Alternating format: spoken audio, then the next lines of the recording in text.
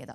ധർമ്മസ്ഥലയിൽ നടക്കുന്നത് വൻ അട്ടിമറി നീക്കമെന്ന ആരോപണം ശക്തമാകുന്നു. ശുചീകരണ തൊഴിലാളിയെ സംശയനിഴലിൽ നിർത്തി അന്വേഷണം വഴിതെറ്റിക്കാനുള്ള ശ്രമമാണ് നടക്കുന്നതെന്ന ആക്ഷേപമാണ് ഒരു വശത്തുയരുന്നത്. തൊഴിലാളി കാട്ടിക്കൊടുത്ത സ്ഥലത്തു നിന്ന് അസ്ഥികഷ്ണം കിട്ടിയിരുന്നു.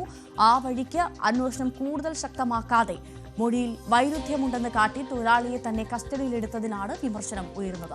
KV ബൈജു വിവരങ്ങളുമായി ചേർന്നു. ബൈജു, കഴിഞ്ഞ 1-2 ദിവസമായി ധർമ്മസ്ഥലയിൽ നടക്കുന്നത് വൻ ട്വിസ്റ്റുകളാണ് എന്ന് പറയാതെ വയ്യ.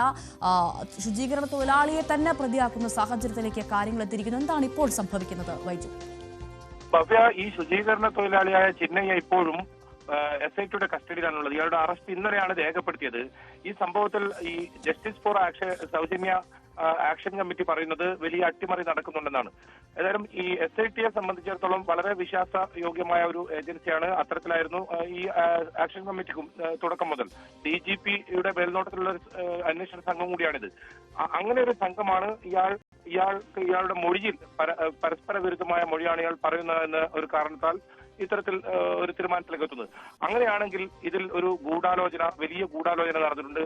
ആ ഗൂഢാലോചനയിൽ ആരൊക്കെ പങ്കെടുത്തു അത് ഇനി പുറത്തു അറിയേണ്ടിയിരിക്കുന്നു.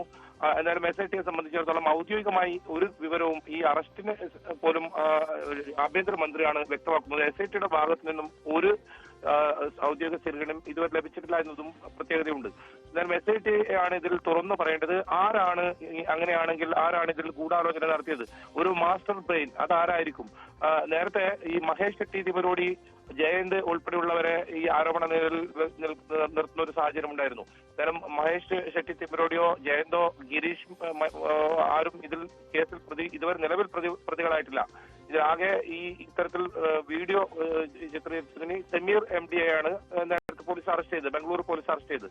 എന്തായാലും ഈ കേസിൽ ഒരുപാട് ദുരൂഹതകൾ ഇപ്പോഴും ഉണ്ട് എന്ന് തന്നെ പറയേണ്ടി വരും. ഇത്തരത്തിൽ ഈ ശുചീകരണ തൊഴിലാളി പ്രതിയാകുമ്പോൾ ഇയാൾ ആർക്ക് വേണ്ടിയാണ് ഇങ്ങനെ ഒരു സംഭവം അല്ലെങ്കിൽ ഒരു വ്യാജമായ ഒരു പരാതി നൽകി എന്നത് സംബന്ധിച്ച് പുറത്തു വരേണ്ടിയിരിക്കുന്നു. അത്തരം കാര്യങ്ങളിലേക്ക് ഏതായാലും അന്വേഷണം കടക്കുന്നുണ്ടെന്ന് തന്നെയാണ് അറിയാൻ സാധിക്കുന്നത്. ഓരോ ദിവസവും പുതിയ പുതിയ ട്വിസ്റ്റുകളാണ് ഈ ധർമ്മസ്ഥലയിൽ നടക്കുന്നതെന്ന് പറയാൻ.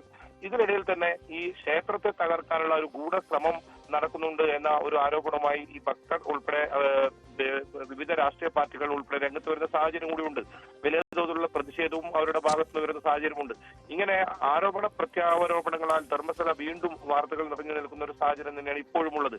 എന്തായാലും ഇതിൽ സത്യാവസ്ഥ പുറത്തു വരണമെന്നായിരുന്നു ന്യൂസ് 18 തുടക്കത്തിൽ തന്നെ ആവശ്യപ്പെട്ടതും അത്തരത്തിലുള്ള വാർത്തകളായിരുന്നു നൽകിയത്. ആരെങ്കിലും പ്രതിസ്ഥാനത്ത് വെക്കാനോ അത്തരത്തിലുള്ള ശ്രമങ്ങളൊന്നും ന്യൂസ് 18ന്റെ ഭാഗത്തുനിന്നും ഈ ഒരു സംഭവത്തിലും ഉണ്ടായിരുന്നില്ല. ഇപ്പോഴും ഇതിൽ അവ്യക്തത തുടരുന്നു. അതുകൊണ്ട് തന്നെ ഇതിൽ ആരെങ്കിലും പ്രതിസ്ഥാനത്ത് ചൂണ്ടിക്കാട്ടാനോ അത്തരത്തിലുള്ള നടപടികളിൽ നമ്മളും കടക്കുന്നില്ല. ഇത് SITയുടെ ഭാഗത്തു നിന്നാണ് ഔദ്യോഗികമായി ഇത്തരം കാര്യങ്ങളൊക്കെ വരേണ്ടത്. എന്തായാലും അത് വരും ദിവസങ്ങളിൽ ഉണ്ടാകുമെന്ന് തന്നെയാണ് പ്രതീക്ഷിക്കുന്നത്. ഇതിൽ ആകെയുള്ളത് ആഭ്യന്തര വകുപ്പ് മന്ത്രി G. പരമേശ്വരൻ വ്യക്തമാക്കിയിരിക്കുന്നത് ഈ ശുചീകരണ തൊഴിലാളിയുടെ മൊഴി വ്യാജമാണ്. ഇയാൾ ഇത്തരത്തിൽ വ്യാജമായ ഒരു മൊഴി നൽകിയാണ്. അതായത് ധർമ്മസ്ഥലയിൽ വിവിധ ഭാഗങ്ങളിൽ 100ഓളം പ്രായപൂർത്തിയാകാത്ത പെൺകുട്ടികൾ ഉൾപ്പെടെ കൊലപ്പെടുത്തി കുഴിച്ചിട്ടുണ്ടെന്നായിരുന്നു ഈ മൊഴി. ആ മൊഴി വ്യാജമാണെന്നാണ് ആഭ്യന്തരമന്ത്രി വ്യക്തമാക്കിയിരിക്കുന്നത്. ഇതിന്റെ അടിസ്ഥാനത്തിലാണ് ഇയാളെ അറസ്റ്റ് ചെയ്തിരിക്കുന്നത്. ഇയാൾക്ക് നേരത്തെ വിക്ടിം പ്രൊട്ടക്ഷൻ ആക്ട് ഉണ്ടായിരുന്നു. അത് ഒഴിവാക്കിയതിനു ശേഷമാണ് ഈ ഇത്തരം നടപടികളിലേക്ക് കടന്നത്. ഏതായാലും ഇപ്പോൾ 10 ദിവസത്തെ ജുഡീഷ്യൽ ഈ SITയുടെ കസ്റ്റഡിയിലാണ് ഇപ്പോൾ ഇയാൾ ഉള്ളത്. ചിന്നയ്യ എന്ന് പറയുന്ന ഈ ശുചീകരണ തൊഴിലാളി ഉള്ളത്. ഇയാളെ കൂടുതൽ ചോദ്യം ചെയ്യുന്നുണ്ട്. പ്രധാനമായും അങ്ങനെയാണെങ്കിൽ ഇതിന് പിന്നിൽ ആരാണ്? ഇതിൽ പ്രധാനമായും ഗൂഢാലോചന നടത്തിയത് ആരാണ്? ഇത്തരം ഒരു ശുചീകരണ തൊഴിലാളി രംഗത്തിറക്കിയത് ആരാണ്? അത്തരം കാര്യങ്ങളൊക്കെ വന്നാൽ മാത്രമേ ഇതിലൊരു വ്യക്തതയുണ്ടാവൂ. എന്തായാലും വലിയ അട്ടിമറി നടക്കുന്നുണ്ടെന്ന ആരോപണം ശക്തമാവുന്നുണ്ട്. അത് ഈ ആക്ഷൻ കമ്മിറ്റിയുടെ ഭാഗത്തു നിന്നാണ് ഉണ്ടാകുന്നത്. ആ രീതിയിലുള്ള പ്രതിഷേധവുമായി ആക്ഷൻ കമ്മിറ്റിയും ഇപ്പോൾ രംഗത്ത് വരുന്ന സാഹചര്യം കൂടി ഉണ്ടായിട്ടുണ്ട്. ഏതായാലും ഇനിയും ഓരോ ദിവസവും പുതിയ പുതിയ വെളിപ്പെടുത്തലുകൾ, പുതിയ സാക്ഷികൾ, ഇത്തരത്തിൽ പരാതികളൊക്കെ ധർമ്മസ്ഥലയിൽ വരുന്ന സാഹചര്യമുണ്ട്. ഇതിനിടയിൽ തന്നെ ഈ അനന്യ ഭട്ട് തിരോധാനവുമായി ബന്ധപ്പെട്ട് സുജാത ഭട്ടും മൊഴി മാറ്റിയ സാഹചര്യമുണ്ട്. ഇവരെ SIT വിശദമായി ഇന്ന് ചോദ്യം ചെയ്യും. ഇവരുടെ പരാതി നേരത്തെ SITക്ക് നൽകിയിരുന്നു. മകളുടെ അസ്ഥിയെങ്കിലും കണ്ടെത്തി തരണമെന്ന ഒരു ആവശ്യമായിരുന്നു ഇവർ ആ പരാതിയിൽ ഉന്നയിച്ചിരുന്നത്. പക്ഷേ കഴിഞ്ഞ ദിവസമാണ് തനിക്ക് അങ്ങനെ ഒരു മകളില്ല എന്ന ഒരു പ്രസ്താവനയുമായി ഇവർ രംഗത്തെത്തിയത്. അങ്ങനെ ഒരു സാഹചര്യം കൂടി നിലനിൽക്കുന്നതുകൊണ്ടാണ് SIT ഇവരെ വിശദമായി ചോദ്യം ചെയ്യുന്നത്. ഇന്നലെ ഇവരെ ഹാജരാവാൻ ആവശ്യപ്പെട്ട് നോട്ടീസ് നൽകിയെങ്കിലും ഇവർ ഹാജരായിരുന്നില്ല. ഇന്ന് ഹാജരാവുന്നതാണ് നമുക്ക് മനസ്സിലാക്കാൻ സാധിക്കുന്നത്. ഇനി ഇവർ SITക്ക് മുന്നിൽ നൽകുന്ന മൊഴി എന്താണ്, അതും ആ കേസിൽ പ്രധാനമാണ്. അങ്ങനെയാണെങ്കിൽ ഏതായാലും SITയെ സംബന്ധിച്ചിടത്തോളം ഈ 17 ഇടങ്ങളിലാണ് പരിശോധന നടത്തിയത്. 6ാമത്തെ പോയിന്റിലും 11A പോയിന്റിലും മൃതദേഹാവശിഷ്ടങ്ങൾ ലഭിച്ചു. അതിന്റെ ഫോറൻസിക് പരിശോധനാ ഫലം പുറത്തു വന്നിട്ടില്ല. ഏതായാലും ഒരു പുരുഷന്റേതാണ് 6ാമത്തെ ഈ ഒരു പോയിന്റിൽ നിന്ന് ലഭിച്ചതെന്ന ഒരു പ്രാഥമിക നിഗമനം മാത്രമാണുള്ളത്. അതിലൊരു വ്യക്തത വരാനുണ്ട്. ഏത് വർഷമാണ് ആ ഒരു മരണം നടന്നിട്ടുണ്ടാവുക, അത് കൊലപാതകമായിരിക്കും, അത്തരം കാര്യങ്ങൾ ഏതായാലും പുറത്തു വരാനുണ്ട്.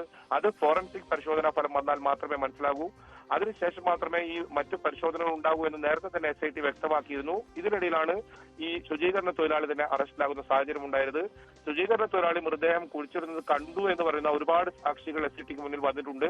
ഏതായാലും ഈ കേസ് വലിയ സങ്കീർണതകളിലേക്കാണ് നീങ്ങുന്നത്. ഒരു ഭാഗത്ത് ക്ഷേത്രവുമായി ബന്ധപ്പെട്ട ആളുകളുടെ വലിയ തോതിലുള്ള പ്രതിഷേധം ഉയരുന്നു. അത് ബാംഗ്ലൂരുവിൽ നിന്നും മറ്റു സ്ഥലങ്ങളിൽ നിന്നും കേരളത്തിൽ നിന്നും ഉൾപ്പെടെ വലിയ പ്രതിഷേധം ഉയരുന്നു. BJP ഈ വിഷയം സജീവമായി ചർച്ചയ്ക്കെടുത്തിട്ടുണ്ട്. BJP ഇതിൽ കൃത്യമായി ക്ഷേത്രം തകർക്കാനുള്ള ശ്രമമാണെന്നൊരു ആരോപണമായി രംഗത്തെത്തിയിട്ടുണ്ട്. അങ്ങനെയുള്ള ഒരു സാഹചര്യമാണ്.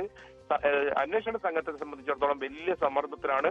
ഒപ്പം കർണാടക സർക്കാരും വലിയ സമ്മർദ്ദത്തിലായ ഒരു സാഹചര്യമുണ്ട്. ഇനി ഈ കേസിന്റെ ഭാവി എന്ത്, ഇതിൽ സത്യാവസ്ഥ ഏത് രീതിയിലായിരിക്കും, ഇതിന്റെ ക്ലൈമാക്സ് എന്നത് അറിയേണ്ടതുണ്ട്. ഏതായാലും സത്യാവസ്ഥ പുറത്തു വരണമെന്ന് തന്നെയാണ് എല്ലാവരും ആഗ്രഹിക്കുന്നത്. അത് ഉണ്ടാകുമെന്ന് തന്നെയാണ് പ്രതീക്ഷിക്കുന്നത്. ഭവ്യ. ശരി, KB ബൈജു ആണ് വിവരങ്ങൾ നൽകിയത്.